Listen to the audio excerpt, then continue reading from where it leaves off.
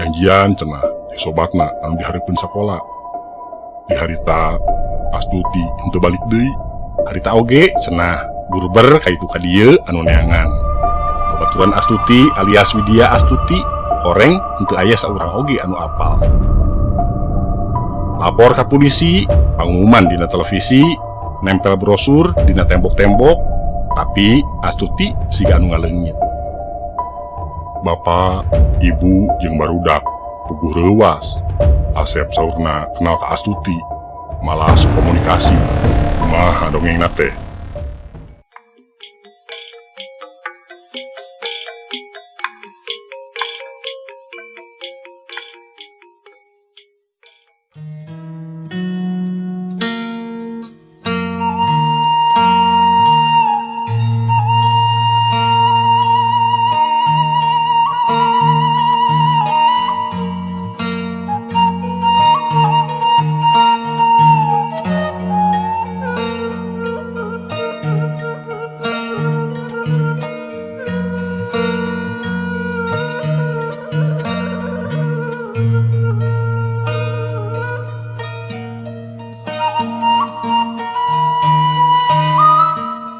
Balik sekolah, Widya megat di hareupeun kelas. Poe-poe biasa dipegat ku Widya pasti dikarasepeun. Tapi ayeuna mah bet ngajenghok. Leuwas. Padahal mah geus dibayangkeun hiji waktu Widya atawa Wawan pasti ngadatangan kuring. Siga aya Bang Baluh anu ngabagel dina dada. Kahayang mah diuk oge pindah ti bangku juru teh. Tapi da eueuh di bangku kosong. Babaturan eueuh anu daekeun tukeran bangku. Ayo ngobrol, tapi anu rada rine. Asep iraha tiasana. Cek Widya. Kuring ngahulang sakedapan. Iraha wae oge tiasa, tapi ulah di bumi Widya. Asa pameng bapak sareng ibu Widya ngiringan ngobrol teh. Asan teu tega ningali ibu nangis wae geuning. Pok teh asa-asa. Kumaha upami pendak di basoge boy wae. Wi sakola, Widya mau langsung ka bumi. Ongkoh deui awawan ulang tahun cenah bade traktir. Kuring ungeuk bari seuri. Widya teh katingali alum, sedih meureun, sanggeus dibejaan, kuring kungsi komunikasi jeung lanceukna anu ngaleungit 5 tahun ka tukang. Tapi masih ingat kana ulang tahun lanceukna? Meureun cek pikirna sakumaha sedihna oge, kahirupan mah kudu terus lumangsung. Basoge boy teh kawentar di kota kecamatan kuring mah. Pangpangna barudak rumaja, jajana teh sok di dinya. Selain di jero wewangunan, aya sababaraha meja anu ditiungan ku papayungan. Handapeun takal buah. Ngareunaheun tempatna mah bikin ngobrol rame jeung sobat. Beurang rame namah basoge boy teh. Atuh numbu deui rame teh sabada magrib. Ari pas sore mah sok rada kosong. Harita oge basa kuring manggihan Widya jeung Wawan di basoge boy teh. Saukur aya tiluan anu keur jajan teh. Kuring ngarahuh basa Widya jeung Wawan hayang nyaho kumaha mimitina kuring komunikasi jeung Astuti. Atuh derek-dek kuring ngadongengkeun ti mimiti hanjakal kabagian diuk di bangku juru nepi ka papanggih pas sore jeung Astuti. Teu diterangkeun kuring atoh barang apal Widya oge diukna di bangku juru mah. Nya teh Astuti mah karesepna kana maca sajak sareng nonton film. Saur ibu, apaan harita teh Astuti bade nonton film Ada Apa Dengan Cinta cenah.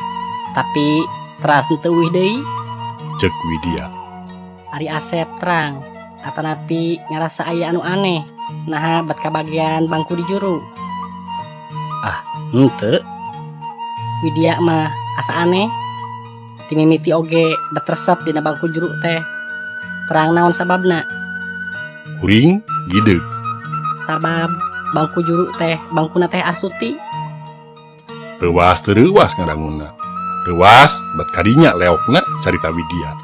Henteu reuwas da basa balik di imah Widya oge geus aya pikiran kadinya. Tapi da kuring henteu bisa nembalan. Buku teh henteu saukur di tulisan sajak. Tapi aya oge catatan seperti diari. Tidinya Widya apal teh Astuti tadi di bangku juru teh. Tapi da eta mah pilihanana henteu siga Asep anu kapaksa. Teh Astuti mah resepeun ka bagian bangku di juru teh. Kuring saukur ungeuk. Asa geus ngabade bakal kitu caritana. Apa mah sareng mama katos lami oge ngaikhlaskeun teh Astuti. Janten alim kapanjangan maluruh beja ti Asep. Cek Widya deui. Tapi Widya mah jeung Awawan berpenasaran. Matakna panuhun ka Asep. Kumaha lamun Asep kontak deui.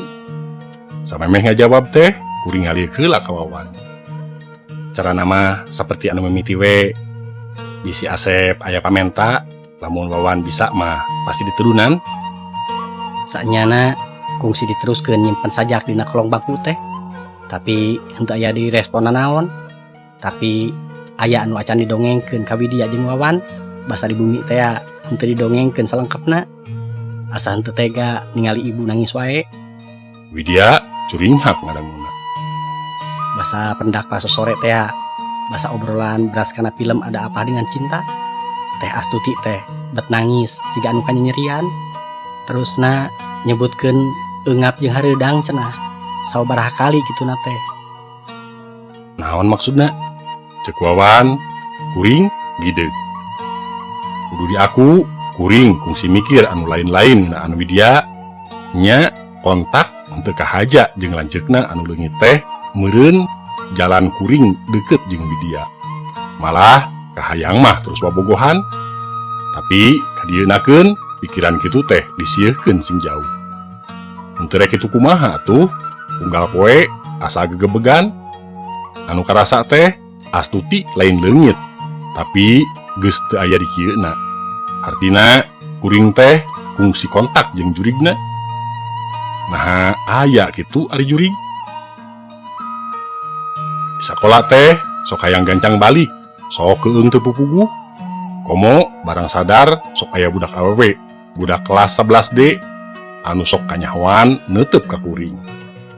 Putri Sulastri ngaranna, budak cicingeun, karesepna nyorangan, katinggalina teh henteu boga sobat deukeut. Jujur we, kuring leuwas jeung ngadegdeg. Asa Putri Sulastri megat. Entong sieun Pokna teh siga anu nyaho kaayaan hate kuring. ningali Asep siga anu bingung. Putri teh hayang ngadongeng. Sugan we aya mangpaatna keur Asep. Intina dongeng Putri Sulastri teh kieu. Tileutik cenah Putri teh ngerasa aneh. Manehna teh bisa ningali naon-naon anu henteu katingali ku batur. Mimitina mah tangtu we sieun jeung bingung. Tapi saterusna mah biasa. 5 tahun ka tukang, masih SD Putri teh. Pas sore ngaliwat ka hareupeun SMU. Ari pek aya anu ngablesat, lumpat bari ceurik. Budak awewe di jero sakola. Sareretan mah eta budak awewe teh mirip pisan Widya. Lumpat anu sakalumpat lampet, da Putri oge hampir katabrak. Kamana lompatna eta anu mirip Widya teh? Cek kuring panasaran. Duka terasna kamana mah nganjolna teh di jero sakola. Duka kumaha? Kuring anu mimitina sieun jeung gegebegan teh bat percaya ka Putri Sulastri. Matak kuring ngadongengkeun Teh Astuti lanceuk Widya anu leungit 5 tahun ka tukang. Nya oge henteu salengkepna. Ari ayeuna Putri masih bisa ningali anu araraneh. Sakapeung mah katingali keneh. Apal atuh Asep kungsi panggih jeung rohna Teh Astuti. Henteu, tapi sigana eta sanes rohna. Sigana eta mah pagawean jin korin. Apaan cek guru agama. Unggal jalma teh waktu dijurukeun dibarengan ku jin korin. Jin korin eta anu bisa ngawujud jelema anu dibarenganana. Meureun jin korin eta anu ku urang sering disebut jurig atawa riwa teh. Kuring ungeuk. Sugan we aya mangpaatna keur Asep. Tapi tong we beja ka saha Asep kungsi ngobrol jeung putrinya. Oge ka Widya atawa ka Wawan. Panuhun tong we beja ka sasaha ngeunaan Putri. Cek Putri samemeh ngaleos. Tadi nama moari bejakeun ka sasaha obrolan kuring jeung Putri teh. Malah mah rek dianggap kuring teh henteu kungsi panggih jeung Putri.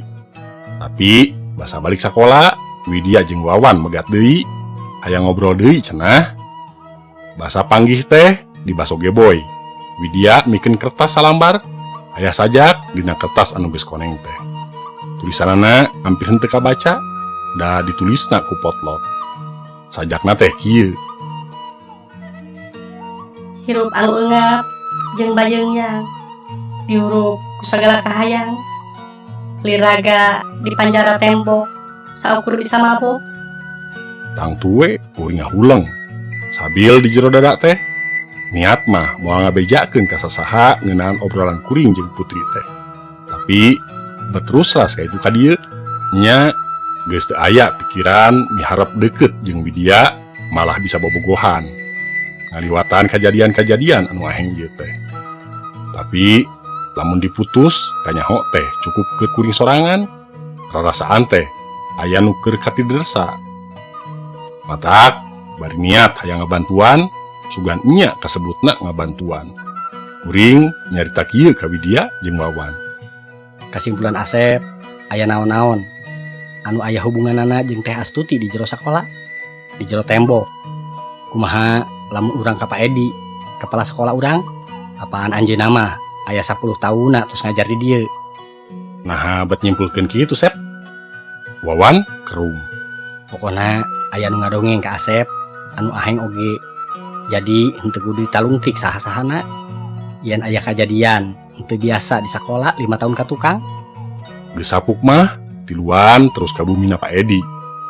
Mimitina mah Pak Edi teh ruwaseun, tapi sabada diterangkeun kalah ngahuleng. Tapi terus ngadongeng oge. Basa Astuti kabejakeun aya nu nyulik di sakola teh nya keur nembok pager tukang. Babalongan taman oge di ruang ku barangkal tuluy dipelur.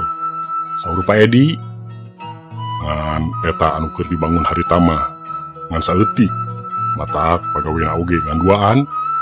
Ari anu apal pisan kana diculikna Teh Astuti sanyana Ibtu Ridwan ti Polsek. Basa didatangan ku kuring jeung Widya katut Wawan sarua ngahulengna jeung Pak Edi. Meureun pedah eta teh kasus anu geus lila, tapi tungtungna mah satuju nundunan kahayang kulawarga Widya. Nya kulawarga Widya teh ngarasa penasaran hayang ngabongkar tembok jeung babalongan anu di ruang.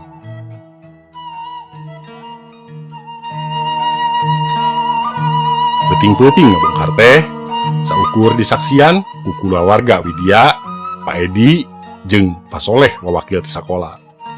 Ibtu Ridwan jeung anak buahna jeung tang tuwe kuring. Kemudian mani ngaguk-guk barang kapanggih aya tulang taleng dina babalongan anu di ruang ku barangkal. Tulang taleng teh dibungkus ku boeh dipulasara sakumaha mistina dikuburkeun di makam kulawarga. Hari tukang tembok anu 5 tahun ka tukang ngaruang babalongan teh Sutar jeung Didi. Harita keneh disusul kalemburna ku balad-balad Ibtu Ridwan.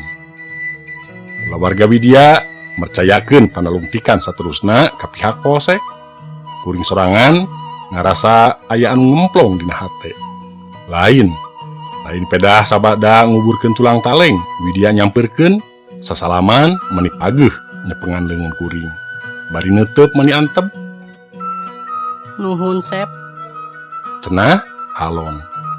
Dina pipina ngagarenclang anu ngamalir tina juru panonna. Kuring unggeuh. Pamirsa, rupina mung sakitu anu tiasa kapihatur. Bangku juru bagian kedua tamat. Kirang langkungna sim kuring nyuhunkeun dihapunten. Billahi taufik wa hidayah. Wassalamualaikum warahmatullahi wabarakatuh.